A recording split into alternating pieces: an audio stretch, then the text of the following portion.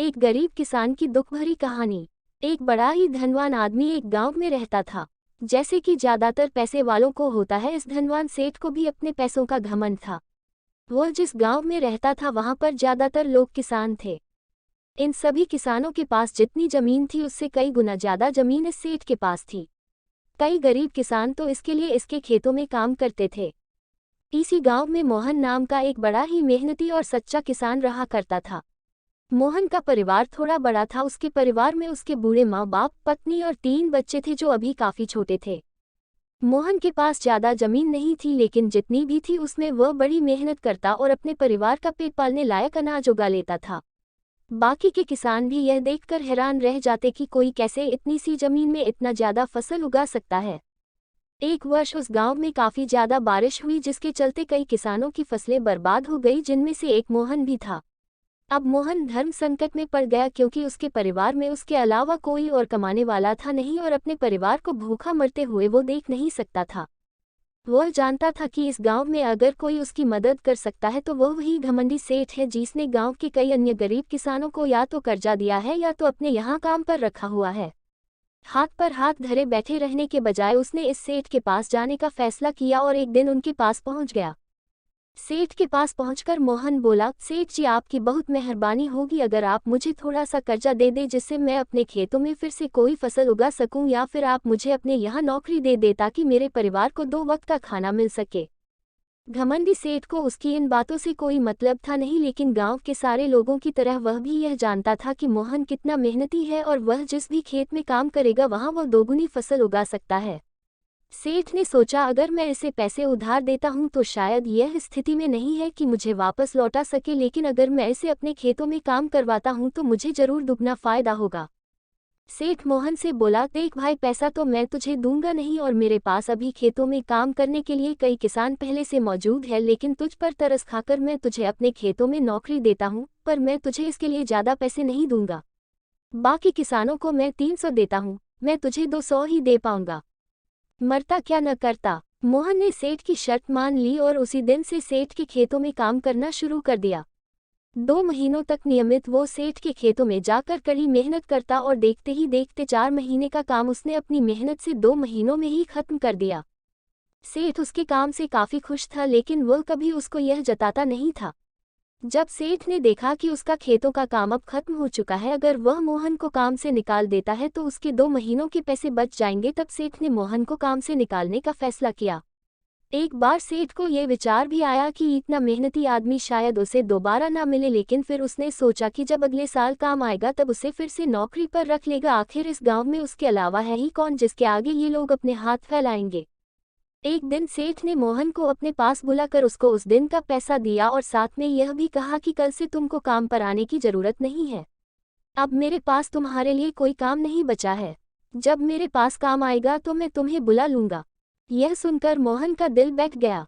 पिछले 2 महीनों से कम ही सही उसके बच्चों और परिवार के पेट में अन्न का दाना जा तो रहा था, अब वह क्या करेगा। यही सोचकर उसकी आंखों से आंसू निकल आए। मोहन ने सेठ के पैर पकड़ लिए और गिड़गिड़ाने लगा, सेठ जी, मुझे इस काम की बहुत जरूरत है, मुझे मत निकालिए। अपने मतलब से मतलब रखने वाला सेठ टस से मज ना हुआ। उसने खरी खोटी सुनाकर मोहन को वहां से चलता कर दिया और मन ही मन 2 महीनों की तनख्वाह बचने से खुश होने लगा। अगले दिन जब सेठ सवेरे उठा और अपने आंगन में आया तो उसने देखा कि मोहन उसके आंगन में बैठा है। सेठ ने उसको पास बुलाकर पूछा कि क्या हुआ, तुम क्यों यहाँ पर बैठे हो। मोहन बोला, सेठ जी, मुझे वापस काम पर रख लीजिए। आप जानते ही हैं मेरी आर्थिक परिस्थिति कैसी है, थोड़ी दया कीजिए। लेकिन सेठ ने उसकी एक न सुनी और फिर एक बार उसे बुरा भला कहकर वहां से जाने के लिए कहा। बेचारा मोहन अपना सिर नीचे झुका के वहां से चला गया। अगले दिन फिर यही घटना दोहराई गई। मोहन फिर सेठ के आंगन में बैठा था। सेठ ने फिर उसको वहां से जाने के लिए कहा। यही घटना अगले कई दिनों तक चलती रही। अब तो मोहन सेठ के हकालने पर भी वहां से नहीं जाता था और वहीं पर बैठा रहता था। एक बार सेठ ने उससे पूछ लिया, तुम कैसे आदमी हो, मैं तुम्हारा इतना अपमान करता हूं लेकिन तुम्हें कोई फर्क ही नहीं पड़ता। तब मोहन ने सेठ से कहा, बुरा तो बहुत लगता है सेठ जी, लेकिन जब घर जाता हूं और भूख से बिलखते अपने माँ बाप और बच्चों को देखता हूं तब यह अपमान मुझे कुछ भी नहीं लगता। इतना सब कुछ होने के बाद भी सेठ का दिल जैसे पत्थर का बना हुआ था। उसने मोहन को अभी तक काम पर नहीं रखा और न ही उसका ऐसा करने का कोई इरादा था। एक दिन सेठ ने सोचा कि कुछ दिनों के लिए किसी और गांव चला जाता हूं ताकि मोहन से पीछा छुड़ा सकूं। अगले दिन मोहन के आने से पहले ही सेठ अपने परिवार को लेकर अपने किसी संबंधी के यहाँ चला गया और वहां पर 10 दिनों तक रहने के बाद फिर अपने गांव, अपने घर वापस लौटा। घर लौटते ही सेठ ने आसपास हर जगह नजर दौड़ाई तो पाया कि वहां पर अब मोहन नहीं था। सेठ ने सोचा मेरी तरकीब काम कर गई, लगता है मोहन से अब पीछा छूट गया है। हालांकि अब सेठ के द्वार पर मोहन नहीं बैठा था, लेकिन मोहन का विचार अभी भी सेठ के मन में घर कर बैठा था। सेठ सोच रहा था मोहन इतनी जल्दी हार मानने वाला आदमी तो नहीं दिखता है। उसके साथ क्या हुआ होगा?